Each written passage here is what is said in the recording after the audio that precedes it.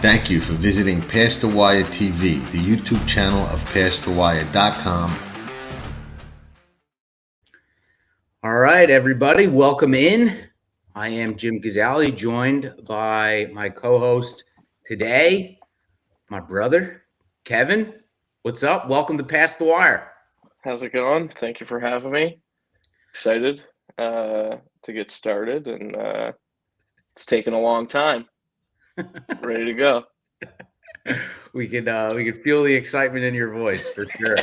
I know I've been on Past the Wire for the last couple of years, but you're a new face here, so I know you, but everybody else might not know you. So just introduce yourself. Tell us how long you've been playing the horses, how you got into the horses, and then we'll dive into the late pick 5 at Aqueduct here coming up on Saturday.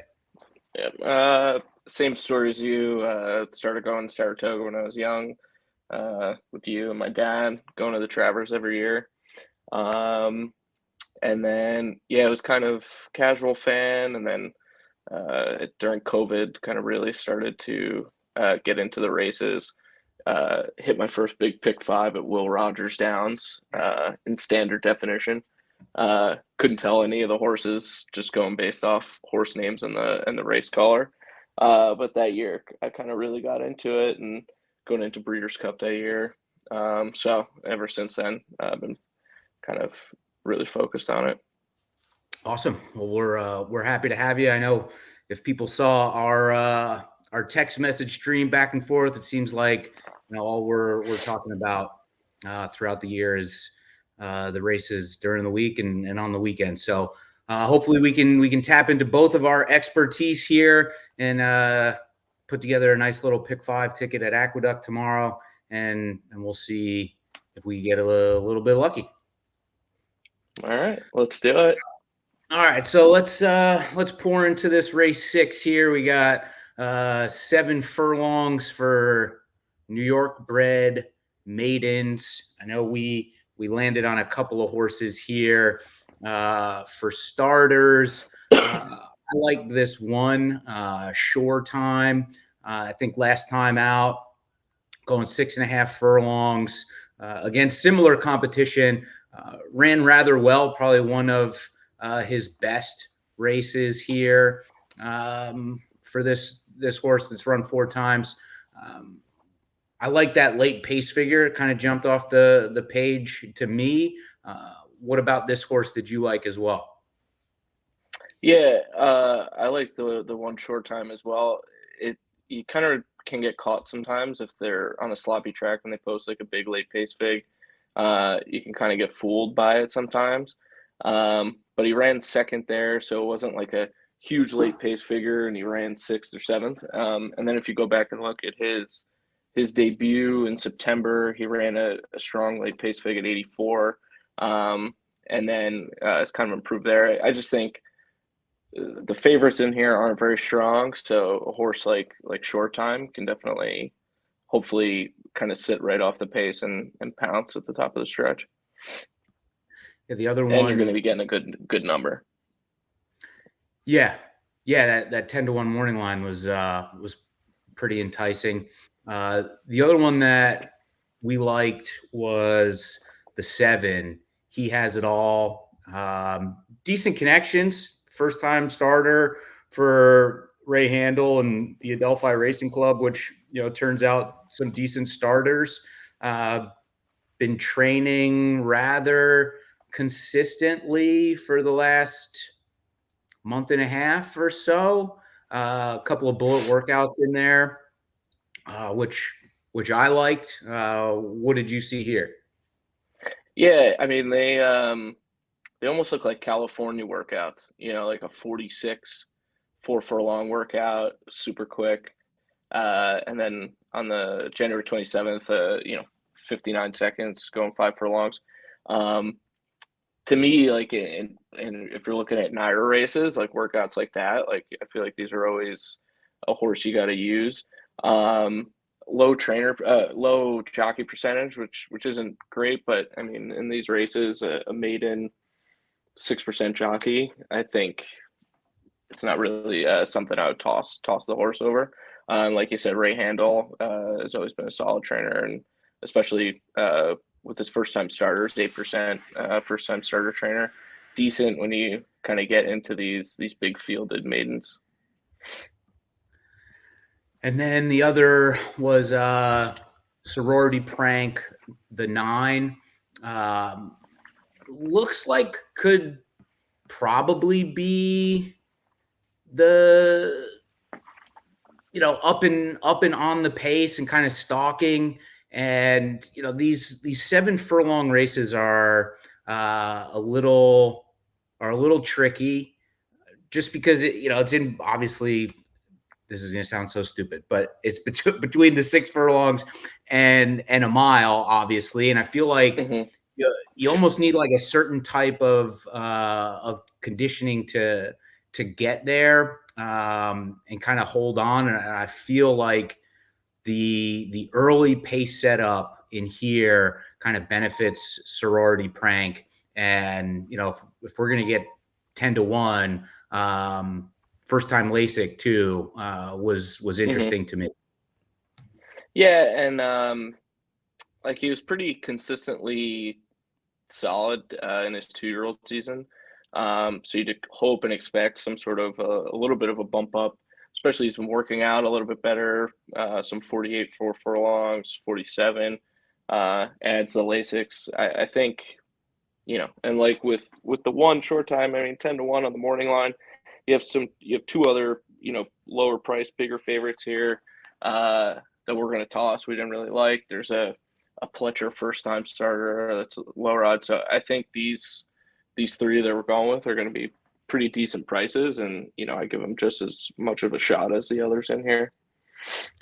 Yeah, I think this will be an interesting sort of race. I think with these horses making their first starts at 3, like you said, you want to see a little bit of consistency at 2, and it looks like, based on the recent form towards the fall and early winter with Sorority Prank, it seemed like he was turning a corner here and could be sitting on a solid effort. Same thing with Short Time. Those 2 races in December where he got beat by more than a dozen lengths both times, but consistent, right? We're not seeing some wild fluctuation in his pace and speed figures. And it looked like that first start in January in his 3-year-old season, he took a decent step forward off of just 8 or 9 days rest. So, and you hope, I mean, it's raining on the East Coast today, but you'd hope that he'd be able to get, I mean, he's gone muddy sloppy on his track surfaces. So I hope he would at least be able to get somewhat of a better track, but with the weather, I don't think he's going to be able to. So, but we'll see. Yep. So race 6 to kick off the pick 5 at Aqueduct. We're going with 1, 7, and 9. Moving on to race 7, we landed on a couple of horses here. This one, Bargaining Power, this coupled entry for Linda Rice. Which one of these 2 did you like most of all? I mean, this Bargaining Power has a pretty big class drop here, which makes your ears perk up, I think. Yeah, Bargaining Power is definitely the one I preferred. If it comes into a situation where he scratches and Deputy Connect stays in, it's probably would lean towards some others in here. Because I mean, with Deputy Connect, if you look, he hasn't really run decently since he was under Brad Cox, at the end of last summer. At least what I look for Bargaining Powers back when he was with Linda Rice earlier in December is kind of when he was posting his best figures. So you hope getting back with Linda Rice, he could kind of retain some of that form. He's got a decent workout under his belt, so that's why I think he fits in here, especially at 9-2 on the morning line. You get Lozcano, who's good as well. But I think if there's a situation where he scratches and it's just the 1A, I think he might look elsewhere. And then the 5 blue plate special, again, another decent class drop for a horse that has been performing rather consistently, which was intriguing to me, especially in these claiming races, towards the lower rung of the claiming ranks here. I feel like you almost want to find those horses that are running consistent efforts, and this blue plate special has done that. And it seems like it's kind of found that consistency with John Toscano as the trainer. He'll be making his 4th start for him. So yeah, probably one of the lower prices in this race, but I think this one probably has one of the best, if not the best shot out of everybody. Yeah, like figures wise, I was looking at him almost as a single or kind of key some plays around him, because like you said, his figures are pretty much consistently better. It's just you kind of get hung up on 1-for-11 lifetime.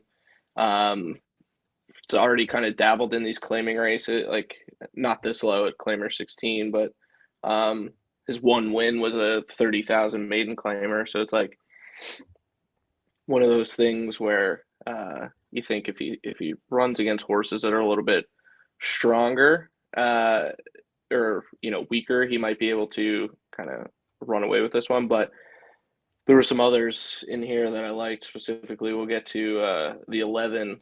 I really liked in this race, but yeah, I think ultimately we could kind of regret it, and he wins at 5-2 or 3-1, and we went 4 or 5 deep in here. But it's kind of one of those things we can't really trust a 1-for-11 lifetime at this level. Yeah. I don't know that you can necessarily trust anybody in here, but you also like the this 8. I know we'll get to the 11 in a second, but this 8. What about the was it getting beat by 60 lengths last time that you liked here? 55 to be exact. Yeah, there's nowhere to go but up. And it's funny. I read that pace figure and I went to the notes hoping it was like a checked, steadied wide, and it just said it showed little. Basically, the horse didn't even try. But yeah, if he can get back to his end of the summer form, and Walder's a decent trainer, it's not like he's going to a 0% trainer. He got a lot of time off after that stinker in December. Didn't really get any training done until recently. So to me, I just think he might float up on the board, 8-9-1. McCarthy's been riding well at this Aqueduct meet. And it was kind of one of those things where if he can kind of find his old form, he fits. So that's kind of where it led me. But yeah, nowhere to go but up. Those that race in July at Belmont and the that first race in mid-August at Saratoga, like both of those efforts win this race rather easily. Yeah. And those are allowance 50 races. Yeah, right. So it just seemed like he kind of fell off a cliff after that, and maybe the time off will serve him well. But yeah, I would have to guess that this morning line is going to float up a little bit, and you probably get a decent price, and roll the dice a little bit and see if you can get him home here at a nice price. I like this 9, very debonair. Getting back on the dirt. was a little interesting to me. I think he should probably be relatively close to the front, if not on the lead here. And, I don't know that he has a massive pace advantage, but I thought that, perhaps being up close, if you look, he's run well when he's been up close. And that last one in December at Woodbine, he just, kind of lost touch with the field. And my guess is, would probably got a little bit discouraged and kind of packed it in. But, if he's up on the lead, near the lead, might get a little confident and be able to hang in there is why that one was at least a little bit intriguing to me. Yeah, I mean, I could see it. My only issue is like it just looked like if looking at his run line, it looks like he just tends to fade. And there's some other speedy horses in here, and I guess, admittedly, I think FE's Fort Erie, I would assume. Like 5 furlongs on the turf of Fort Erie, first, second by a head.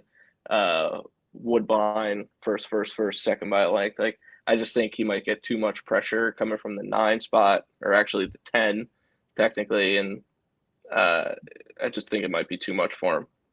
Yeah, But and that's probably why it. we'll end up leaving him off. Yeah, and I mean, admittedly, Yvonne Bellassor, can't say I could speak to his or her training work.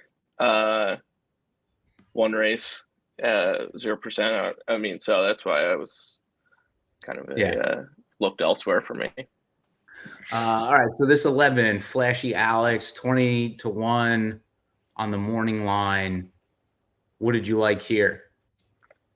Source likes to run late from the 12 spot, or 11, but post position 12. Likes to run late. That's all I really had for it. It's run it at this level twice, finished third, 9.5 lengths, but at 23-1. Got a lot of speed in here in terms of it's a big field, a lot of front runners. It's going to be somewhat of a wet or sloppy track, and I've watched a lot of Aqueduct races, and I could just see this horse running down the middle of the track, picking horses off at a huge number, hopefully. And yeah, I think he's got one start this year in January, which was better. And, he's four now, ran a 75, which was second best number of his career. And he took almost all of 23 off. So he came back in December, ran a stronger figure. January ran a bigger one. So maybe a third race off this huge layoff he can pop at a big price. But like I said, it was one of those things where I've seen a lot of Aqueduct races, and this horse is going to be running down the middle of the track covered in mud, and hopefully he gets up. All right, so we'll show the ticket at the end, but I think we landed on 1, 5, 8, and 11 in race 7. Race 8, the Grade 3 Tobogan. We landed on a single here with the 7 Kinetic Sky for Rick Dutrow. Again, just an improving horse since he's been with Dutrow, and only one time has he finished outside the trifecta, and in his last 1, 2, 3, 4, 5, 6 starts. I think if we were going to narrow this ticket down and find a single, this would be it. Yeah, I think this just with the cutback and the spot and some decent regular works after that stake race on New Year's Eve at Aqueduct. I think this is a good spot for Kinetic Sky, and they're just looking at it like there weren't a lot of, killers in here. Super Chow, who's looks like it's going to be second choice, so I wasn't really impressed by odd like 2 week gap in work. So I guess shipping it up from Gulfstream is probably why. But um, I just think he kind of fit better here, and I mean you got to narrow down at some point, and we thought about doing a blue pace special in the a race or two back, but I think Kinetic Sky here in a shorter field is a good spot to kind of you know take a stand and just single Kinetic Sky. Yeah. I think this, for our sake, hopefully a lot of money comes in on this Manny Wah, but he had a string of a couple of decent races in the fall of 22. He won the Phoenix at Keeneland, and then ran decent in the Breeders' Cup, but just hasn't really recaptured that form since then. So I'm not sure I would want to take a short price on him in this race. The other one that interests me a little bit in here was the 2 Murray. I thought he was at least a little bit interesting, cutting back from a mile. Has been running some decent figures and could be in the mix, but I think we needed to trim it down. And to your point, it just seems like this is just a really good spot for Kinetic Sky to get it done, I think.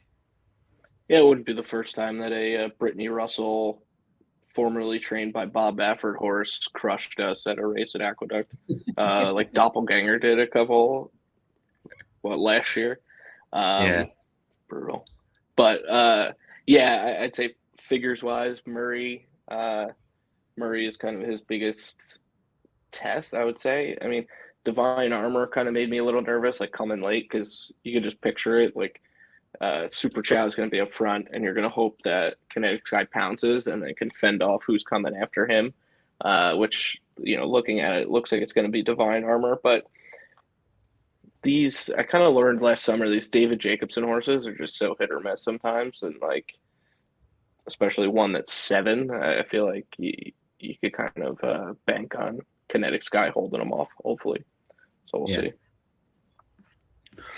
All right, so in the withers, we've got a couple of horses here that we liked, and I spoke about the 5 Seminole Chief on our Kentucky Derby Radar show yesterday with John, which I recommend everybody go check out if you haven't. We went through the 4 Kentucky Derby prep races on deck for Saturday, but we've got a variety in here between the 1 Speedrunner, the 5 Seminole Chief, the 7 Mission Beach, and the 8 Uncle Heavy. What did you like about these? So Mission Beach, I liked his late pace fig last at Laurel. Came out of that race okay. He's been working well. Same with Uncle Heavy. I just think he's in a spot where he can kind of make a jump from that 88 and that 92 late pace.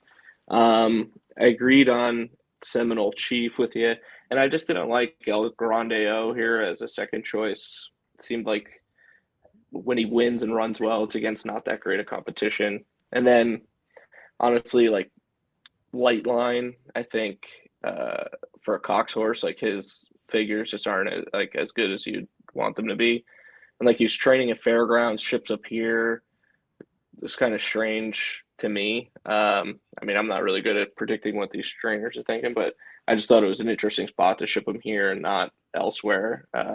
Made me think that this might not be his, top dog, obviously. And then Speedrunner is just a good speed horse. He's already won at the 1.8 mile distance, and just kind of hoping at a decent price he can get out there and just kind of turn it into a merry-go-round.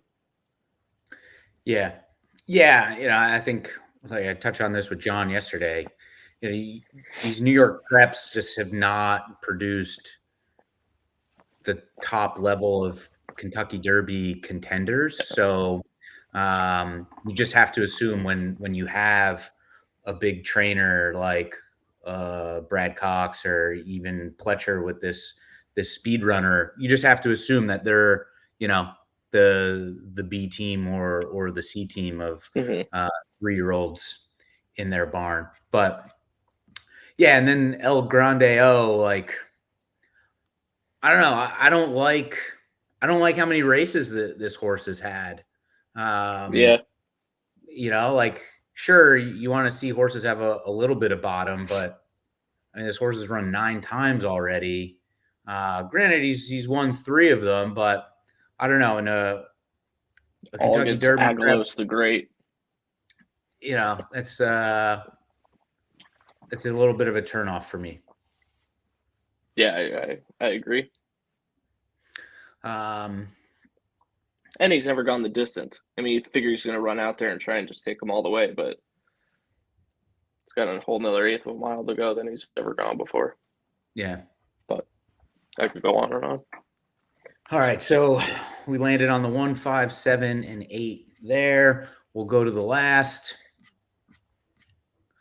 A 6.5 furlong for New York bred maidens, fillies, and our girl, Love Like Crazy, is in there, and we own a couple of percent of this one. So a little bit biased, obviously, but her 3rd career start now, and I feel like she's in a good spot here. This seems like the softest spot that she's been in her,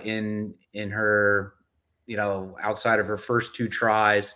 That first one back in December, she kind of missed the break, got hustled up and got into the mix and hung on and ran we'll call it a promising 4th, and then stretched out to a mile, and that just didn't work. She was out on the front end and just kind of faded and was just overall not a good effort. So a little inside information. They like the sloppy track, which should be a little off tomorrow, which benefits her. They wanted to cut her back to this 6.5 furlong distance. I feel like that is more in her wheelhouse. And these other horses just aren't as good and as strong as the ones that she's faced in her prior 2 runs. So 5-1 on the morning line, second choice, first time LASIK, Linda and Candy Ride in the Slop. Lescano, I feel like this is a good shot and a good spot for her to get her first career victory, break her maiden, and give me a little scuttle back for the investment. Yeah. I mean, she's a Candy Ride, so she's going to like the Slop, and I mean, this is going to be her 3rd race in it. So if she doesn't like it, she better start to learn to like it. And then ultimately, I mean, Linda's a 25% trainer, maiden claiming. If she doesn't win this time, she statistically has to win next time out. So it's one way to look at it too. But yeah, I mean, I think her debut race was a little more encouraging, but hopefully if you shorten her back up and let her kind of run, we'll see what happens. But we did like a couple others in here. Yeah. I mean, it's a 13 horse field. This is a tough capper to this pick 5. Yeah, I don't know how to pronounce this horse's name, but the 4, Mambajiji. good enough. Yeah. First time starter. I think these races are difficult because the horses themselves aren't reliable. They're running at this level for a reason. So like we talked about earlier in the other claiming races, you want to see horses that are putting in consistent efforts, but you also need to keep your eyes peeled for a first time starter that might be ready to win first time out. And this 4 I think kind of fits that bill. Yeah, steady works, decent pedigree. You get the apprentice on there, so you get the 5-pound allowance for the 5-pound. So running a little bit lighter, and to me the biggest thing I look for is just kind of steady works and a decent pedigree compared to the others in the field, and just kind of check those boxes for me. Yeah. The other and one a decent was trainer first time out. Yeah, 13% for Patrick Reynolds from first time starters. The other one that we liked was this 5 Lady Lawrence. Decent first time out, pretty even sort of, energy distribution throughout from, the pace figures wise. So, didn't necessarily get tired and didn't get buried. So, wasn't up on the pace. So could, be sitting mid pack further back in this loaded field of 13 and, be able to put something together late. But, I thought that last effort wasn't horrible, didn't miss by all that much, and, is certainly eligible to improve in the second career start. Yeah, and I mean, with races like this, the way I kind of look at it is looking at this horse's pedigree and there's figures compared to a horse that is much shorter price in the same field. There's the 7 in here is a Michael Poli, Rudy Rodriguez.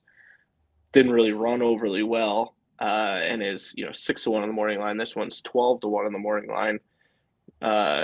Low percentage trainer, but appears to just be a little bit faster.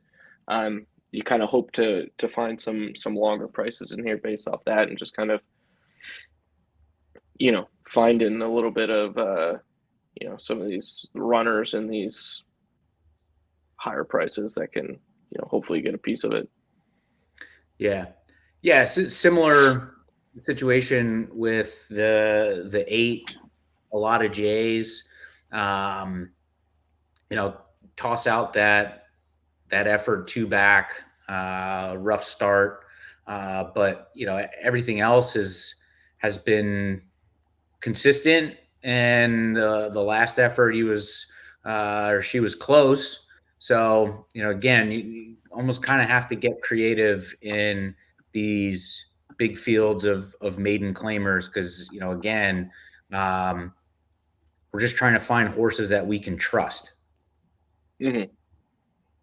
Anybody wants to run. Yeah. Then the 10, Amy's Light.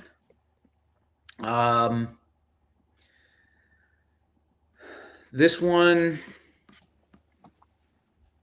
was, I don't really even remember why I liked this one. Yeah, I could tell you why I did. Even though Tom Morley's been running at 8%, it looks like this year, 14% if you go back to last year. I do like his horses on the Nair circuit, and then I do like when they come back right after running and they kind of post these like 3 furlong workouts that are a little bit speedier, just to kind of keep them involved, I'd say. And then I think he was just decent pedigree, and I thought he fit here. He could kind of bump up off that 58 speed figure. Yeah. All right. And then the 11 was our horse, Love Like Crazy. So Yeah. we already covered her. All right. So let's pull up our ticket where we landed on everything. So race 6, going with the 179, race 7, 1, 5, 8, and 11. We singled Kinetic Sky, race 8, the grade 3 Tobogan. And then race 9, the Withers, 1, 5, 7, and 8. And race 10, the Maiden Claimer Nightcap, 4, 5, 8, 10, and 11. 50-cent bet. That'll cost you $120. I feel like we left a few favorites off here, and included some decent priced horses, or at least we assume will be decent priced horses, and we'll try and string a couple of these together. Yeah. If we can get through that first leg and then get through the single, I like where we're at. But yeah, I mean, it's nice seeing some deep fields in some Naira races. So, but you got to take some stand somewhere. All right, I think we'll leave it there. Good luck. I do have for the people, if they want tonight, or tonight and tomorrow, best bet in horse racing. Golden Hour pick 4, last 2 races at Santa Anita, last 2 races at Golden Gate Fields. Bet this while you can. Golden Gate Fields is going away eventually, so this bet will be going away eventually as well. So play it while you can. Just going to go quickly here as we're running out of time. Tonight, Golden Hour. Race 1, we're going to single the 6. Race 2, we're going to go 1, 3, 4, 7. Race 3, which is the last at Santa Anita, we're going to go 1, 2, 3, 5, 7. And then race 4, the last at Golden Gate, we're going to go 1, 2, 3, 5. It's a minimum dollar bet, $80 ticket. And then on Saturday, a couple of nice stakes races at Santa Anita. We're going to start with the 2, Kirstenbach. We're going to single there. Then we're going to go over to Golden Gate, 1, 3, 5, 7. And then super deep turf field. So we're going to go 3, 5, 6, 8, 9. Wait for it. 11, 12. And then we're going to use both AEs if they make it in. And then in the fourth leg, last race at Golden Gate, we're going to go 2, 5, 6. And then give me 1 second. 1, 2, 3, 4, 5, 6, 7, 8, 9. This is making for thrilling podcasting. Or thrilling YouTube video. 1, 2, 3. And that ticket is a $54 ticket for Saturday. So we'll keep track and we'll come back. We'll see you next week. And hopefully we have 2 winners in the Golden Hours. Best way to cap off the night. All right. Yeah, sorry, I forgot we were going to cover that. Otherwise, I would have told you to send me that ahead of time, and I would have made a little graphic, made it easy. We're on the back of my electric bill. There you go. Right. There's your graphic. All right, we're fading down the stretch here. All right, we'll leave it there. Good luck if you're playing. And then like Kev said, we'll be back next week, kind of recap this a little bit and offer up some more action at Aqueduct and whatever other sequences we enjoy. Peace.